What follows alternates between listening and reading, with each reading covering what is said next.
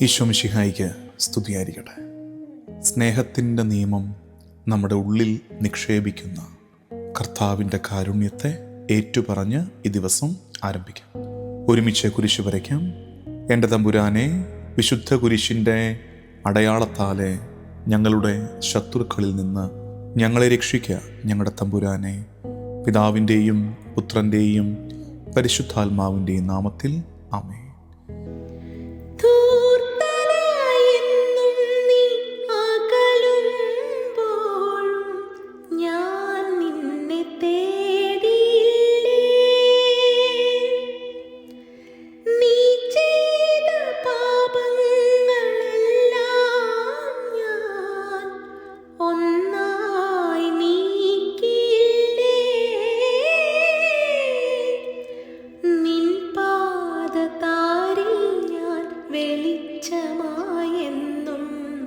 വന്നിടാം പൊന്നോമനേ,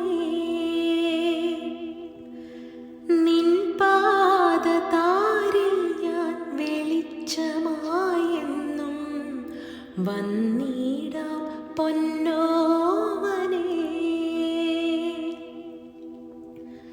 നീ എന്നും എന്റേതല്ലേ, ഞാൻ നിന്റെ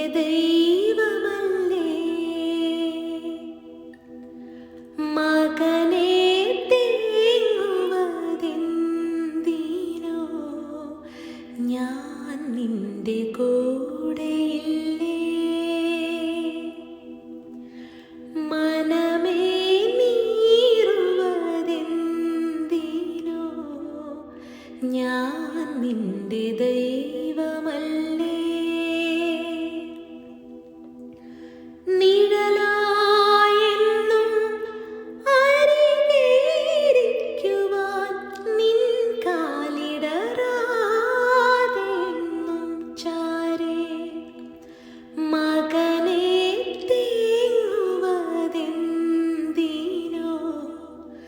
ഞാൻ നിന്റെ കൂടെയില്ലേ.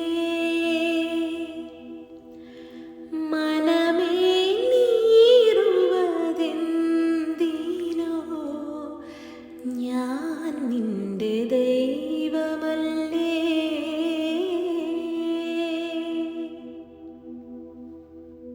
ജെറമ്യ പുസ്തകം 31 അധ്യായം 33 വാക്യം.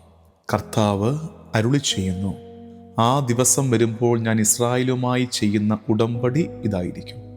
ഞാൻ എൻ്റെ നിയമം അവരുടെ ഉള്ളിൽ നിക്ഷേപിക്കും, അവരുടെ ഹൃദയത്തിൽ എഴുതും. ഞാൻ അവരുടെ ദൈവവും അവർ എൻ്റെ ജനവുമായിരിക്കും. ഞാൻ അവരുടെ ദൈവവും അവർ എൻ്റെ ജനവുമായിരിക്കും. Jeremiah chapter 31 verse 33. I will put my law within them, and I will write it upon their hearts, and I will be their God, and they shall be my people. എത്ര ദൂരേക്ക് പോയാലും കർത്താവ് തേടി വരും. കാരണം ഒരു ദൈവാംശം നമ്മുടെ ഉള്ളിൽ അവൻ നിക്ഷേപിച്ചിട്ടുണ്ട്. ഈ കാലത്ത് നമ്മൾ കേൾക്കാറില്ലേ, ചിപ്പ് കടുപ്പിക്കുക എന്നൊക്കെ.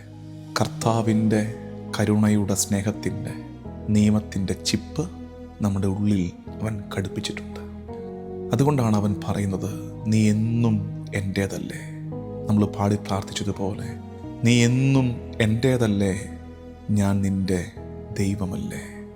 ഞാൻ നിൻ്റെ ദൈവമല്ലേ, നിഴലായെന്നും അരികെ ഇരിക്കുവാൻ നിൻ്റെ കാലിടറാതെ എന്നും ചാരത്ത് ഞാനില്ലേ. സൃഷ്ടാവിൻ്റെ മുദ്ര സൃഷ്ടിയിലുണ്ട്. ഇതാണ് പുതിയ നിയമം. കർത്താവ് വാഗ്ദാനം തരികയാണ് ജെറമ്യായിലൂടെ. ഇതുവരെ നിയമം നിങ്ങളുടെ പുറത്തായിരുന്നെങ്കിൽ, അത് കല്ലിലാണ് എഴുതപ്പെട്ടതെങ്കിൽ, ഇനി ഹൃദയത്തിൽ ഞാനത് എഴുതും. ബാഹ്യപരതയിൽ നിന്ന് ആന്തരികതയിലേക്കുള്ള യാത്രയാണത്. ഓരോ പ്രഭാതവും ഈ ഉടമ്പടിയുടെ നവീകരണമായി മാറട്ടെ.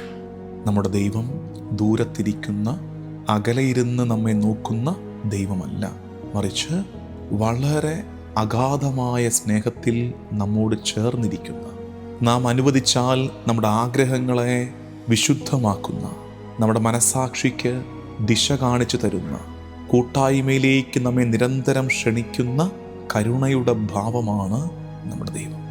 പുതിയ നിയമത്തിൽ പുതിയ ഉടമ്പടിയുടെ മക്കളായി നമ്മൾ ജീവിക്കുമ്പോൾ കർത്താവ് പറയുന്നത് കേവലം നിയമങ്ങൾ അനുസരിക്കുക എന്നല്ല, മറിച്ച് നിന്റെ ഉള്ളിലെ സ്വരത്തിന് കാതോർക്ക്. കർത്താവിനായി ഹൃദയം തുറന്നിട്ടിരിക്കുന്നവരുടെ ഹൃദയങ്ങളിൽ കർത്താവിൻ്റെ സ്വരമുണ്ട്, ക്രിസ്തീയ മനസ്സാക്ഷിയുടെ സ്വരമുണ്ട്. അതാണ് അവൻ ഹൃദയങ്ങളിൽ എഴുതിയ നിയമം. ഹൃദയങ്ങളിൽ നിയമം എഴുതുമ്പോൾ, നമ്മുടെ ഹൃദയങ്ങളിൽ ദൈവത്തെ നമ്മൾ സ്വീകരിക്കുമ്പോൾ അനുസരണം സ്നേഹമാകും, ഉത്തരവാദിത്തങ്ങൾ ആനന്ദത്തിൻ്റെ അനുഭവമാകും. അഗസ്തീനോസ് പുണ്യാളൻ പറയുന്നു, God does not ask merely for our actions, but for our hearts. Because when He has the heart, He has everything. കർത്താവ് നമ്മുടെ പ്രവർത്തികളല്ല ആഗ്രഹിക്കുന്നത്, കർത്താവ് ആഗ്രഹിക്കുന്നത് നമ്മുടെ ഹൃദയങ്ങളാണ്. കാരണം ഹൃദയങ്ങൾ കർത്താവിൻ്റെതായാൽ പിന്നെ എല്ലാം കർത്താവിൻ്റെതാണ്. നമുക്ക് പ്രാർത്ഥിക്കാം. കർത്താവും ദൈവവുമായ ഈശോ മിശിഹായേ, ഈ പുതിയ ദിവസം ഞങ്ങൾ ആരംഭിക്കുമ്പോൾ ഞങ്ങളുടെ ഹൃദയങ്ങളിൽ നിന്റെ നിയമം വീണ്ടും എഴുതണമേ. എൻ്റെ ഹൃദയ കാഠിന്യങ്ങളെ, എൻ്റെ പ്രതിഷേധങ്ങളെ, എൻ്റെ എതിർപ്പുകളെ, എൻ്റെ വ്യഗ്രതകളെ മാറ്റി എൻ്റെ ഹൃദയം നിനക്ക് ചേർന്നതാക്കി നീ തന്നെ മാറ്റണമേ. കർത്താവേ, എൻ്റെ വിചാരങ്ങൾ നിന്റെ സത്യത്തെ ധ്യാനിക്കട്ടെ, എൻ്റെ വാക്കുകൾ നിന്റെ സ്നേഹത്തെ പേറട്ടെ, എൻ്റെ പ്രവർത്തികൾ നിന്റെ സാന്നിധ്യത്തിൻ്റെ വെളിപ്പെടുത്തലാകട്ടെ. കർത്താവേ, ഈ ദിവസത്തിൻ്റെ എല്ലാ വ്യാപാരങ്ങളെയും തിരുക്കരങ്ങളിൽ ഭരമേൽപ്പിച്ച് ദിവസത്തിൻ്റെ ആശീർവാദം നമുക്ക് സ്വീകരിക്കാം. നമ്മുടെ കർത്താവ് ഈശോ മിശിഹായുടെ കൃപയും പിതാവായ ദൈവത്തിൻ്റെ സ്നേഹവും പരിശുദ്ധാത്മാവിൻ്റെ സഹവാസവും എന്നും എക്കാലവും കൂടെ ഉണ്ടായിരിക്കട്ടെ, ഇപ്പോഴും എപ്പോഴും എന്നേക്കും. ആമേൻ.